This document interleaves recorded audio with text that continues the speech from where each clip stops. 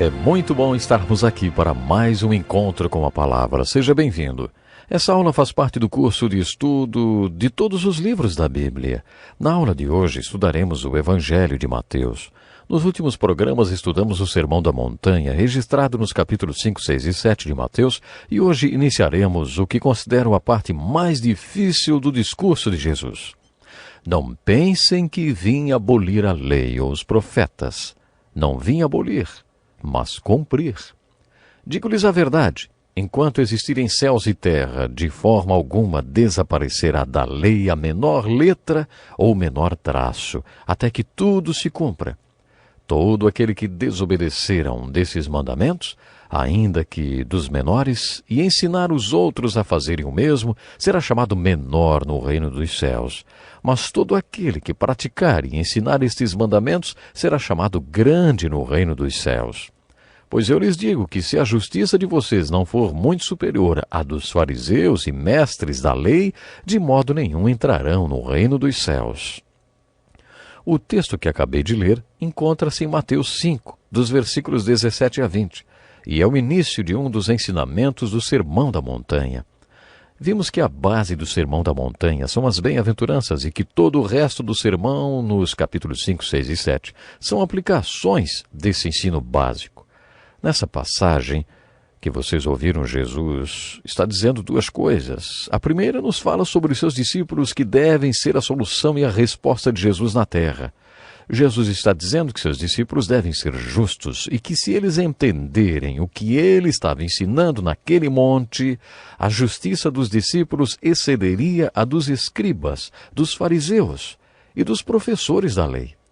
A segunda coisa que Jesus está ensinando nesse pequeno trecho tem a ver com a filosofia das Escrituras. Você precisa, mais uma vez, imaginar todo o povo lá embaixo, no sopé da montanha, vivendo todo tipo de problemas. Você também deve se lembrar que o ensinamento dado no topo da montanha deveria ser manifestado para as multidões através de pessoas de caráter cristão, que causem impacto nas culturas pagãs. Essa é a aplicação que fazemos desse ensinamento. Jesus estava questionando: vocês estão vendo toda aquela gente lá embaixo? Vocês só conseguirão ser a solução para os problemas delas e a resposta para as suas dúvidas se tiverem uma vida de retidão e justiça. Por isso vocês devem viver corretamente, para poderem ser minha solução e uma das minhas respostas. Além disso, ele também estava dizendo: tenho minha própria filosofia a respeito da lei de Deus. Quando Jesus se referia à lei de Deus, ele queria dizer as Escrituras. Naquela época, ainda não havia o Novo Testamento, por isso Jesus estava se referindo à lei e aos profetas, ou à lei de Deus, que hoje chamamos de Velho Testamento. O que Jesus estava dizendo aos seus discípulos era algo mais ou menos assim, quando vocês descerem até aquela multidão para ser parte da minha solução e da minha resposta para eles, terão que conhecer a lei e os profetas, ou a lei de Deus. Vocês terão que saber como usar a lei de Deus. Nessa parte do Sermão da Montanha, Jesus usa várias vezes a frase: vocês ouviram o que foi dito, mas eu lhes digo. Muitas pessoas acham que Jesus queria ser melhor do que Moisés, e que era como se ele estivesse dizendo: Moisés ensinou isso, mas agora eu vou dizer como a coisa realmente é. Essas pessoas acham que o que Jesus disse contradiz Moisés e por isso até questionam a validade de se ler o Velho Testamento, já que para eles Jesus o tornou obsoleto. Lendo atentamente o capítulo 5 de Mateus, concluímos que Jesus não invalidou o Velho Testamento. O que Jesus deixou claro no Sermão da Montanha é que tudo o que ele ensinou se encaixa na palavra de Deus, mas não se encaixa nos ensinamentos e tradições dos escribas e fariseus. Antes da reforma da igreja, para ler a Bíblia, era necessário entender hebraico, grego e latim, porque durante 1000 anos a Bíblia foi publicada apenas nestas línguas. Entre os anos de 1522 e 1534, Martim Lutero traduziu a Bíblia para o alemão e com isso pessoas comuns como o sapateiro, o encanador, o carpinteiro, qualquer pessoa a quem chamaríamos de leiga pôde ler a Bíblia. A igreja achou que seria muito perturbador permitir que leigos lessem e interpretassem a Bíblia sozinhos. A igreja queria interpretar a Bíblia para o homem leigo. Quando Lutero traduziu a Bíblia para o alemão, acabou fortalecendo a reforma da Igreja na Europa. 200 anos antes de Lutero, Wycliffe tinha traduzido a Bíblia para o inglês. Para vocês terem uma ideia de como a Igreja se sentiu com esse trabalho de Wycliffe, depois da morte dele, eles exumaram seus ossos e os queimaram. Seguiram-se muitos outros tradutores da Bíblia para línguas comuns. Esse acesso que o homem comum teve às Escrituras levou à Reforma. Centenas e milhares de pessoas juntaram-se à Reforma e foram chamadas de protestantes. Essa palavra quer dizer manifestar-se contra e protestar. Os protestantes manifestaram-se contra os ensinos da Igreja Católica que, na opinião deles, não eram baseados nas Escrituras. O contexto em que Jesus deu esse ensinamento de Mateus capítulo 5 era semelhante ao contexto em que o povo de Deus viveu no período anterior à Reforma. Poderíamos dividir o capítulo 5 de Mateus em 6 parágrafos. No primeiro, Jesus disse: "Vocês ouviram o que foi dito, mas eu lhes digo." Na maioria das vezes que Jesus disse isso, ele não estava citando Moisés, mas ensinos dos escribas e fariseus, segundo a interpretação que eles faziam de Moisés. E Jesus não concordava com a interpretação deles. Jesus estava confrontando a religião dos fariseus, dizendo: "Essa é a interpretação que eles fazem de Moisés, mas eu faço a seguinte interpretação, e essa é a interpretação que Deus faz." Se analisarmos a diferença entre a interpretação que Jesus fez de Moisés e a que os religiosos fizeram, concluiremos que essa diferença é que Jesus ensinava a lei de Deus pelo prisma do amor de Deus. Só então ele a aplica à vida do povo. Parafraseando, o que Jesus estava dizendo aos seus discípulos era: "Senhores, olhem lá para baixo. Estão vendo toda aquela gente? Eles têm muitos problemas. Sabem por quê? Porque são como ovelhas sem pastor que não sabem distinguir a mão direita da esquerda. E sabem por quê?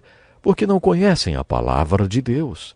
Antes de descer até eles, vocês precisam conhecer a palavra de Deus e só depois lhes ensinar. Mas para isso, vocês precisam saber como usar a palavra de Deus." Prezado ouvinte, lembre-se de qual foi e ainda é o propósito da lei quando Deus a entregou: seu amor pelo homem. A lei de Deus não existe para nos fazer infelizes. Afinal, ela procede do coração de Deus, cheio de amor pelo homem. Quando estudamos o livro de Êxodo, diz que quando a lei de Deus afirma que alguma coisa é certa, você sabe que no final as consequências são boas. Se, por outro lado, a Bíblia disser que algo não é certo, pode estar certo que no final as consequências não serão boas. E como Deus nos ama, Ele não quer que soframos as consequências negativas dos nossos erros. Por isso Ele nos deu a lei. Talvez os escribas e fariseus não soubessem disso, ou tivessem se esquecido de qual era o propósito da lei, mas Jesus sempre soube qual era esse propósito e nunca se esqueceu dele.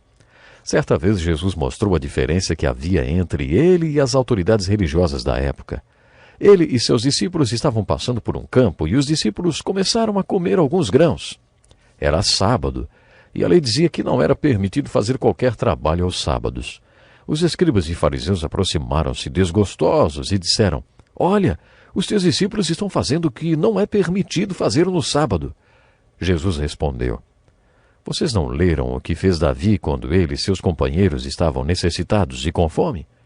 Nos dias do sumo sacerdote Abiatar, Davi entrou na casa de Deus e comeu os pães da presença, que apenas aos sacerdotes era permitido comer, e os deu também aos seus companheiros."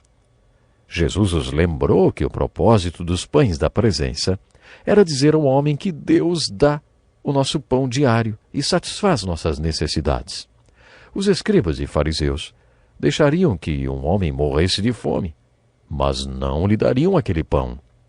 E Jesus continuou: "O sábado foi feito por causa do homem, e não o homem por causa do sábado."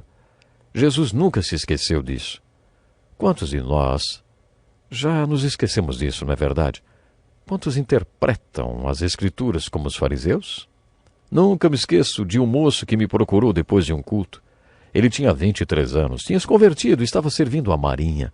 Ele tinha andado de porto em porto, vivendo em pecado, dormindo com muitas mulheres. Quando ele tinha 20 anos, casou-se com uma garçonete de um bar, enquanto estava bêbado, mas acabou divorciando-se quando ficou sóbrio. Aos 23 anos, visitou nossa igreja e se converteu. Quando ele contou à sua mãe que tinha nascido outra vez, sua mãe disse: "Que maravilhoso! Mas agora você nunca mais poderá se casar porque já é divorciado. Se você quiser mesmo ser crente, não poderá mais se casar." O coitado do moço veio conversar comigo depois de me ouvir pregar sobre a palavra justificado. Aprendemos no livro de Romanos que justificado significa o mesmo de nunca ter cometido pecado. Nesse sermão eu disse que nossa vida é como uma fita cassete e que quando cremos na morte de Cristo para nos salvar, Deus apaga os pecados da nossa vida. Quando há pecado, Deus corta o pecado fora da nossa vida. Através da justificação, e quando Ele toca outra vez a fita da nossa vida, aí não aparece pecado algum, tudo foi apagado. Quando esse jovem me procurou, achava que estava perdido. Ouvi o senhor falar que é como se eu nunca tivesse pecado, mas aquelas mulheres com quem dormi, Deus vai ter que cortar a minha vida toda. Minha mãe falou que, a não ser que eu volte para aquela mulher com quem me casei, quero dizer, com que assinei o contrato de casamento, eu não poderei mais me casar com ninguém. Então eu vou ficar só para o resto da vida? Como eu faço, pastor? O que será que a Bíblia tem a dizer a respeito dessa situação? Deus queria que aquele jovem tivesse um lar cristão feliz.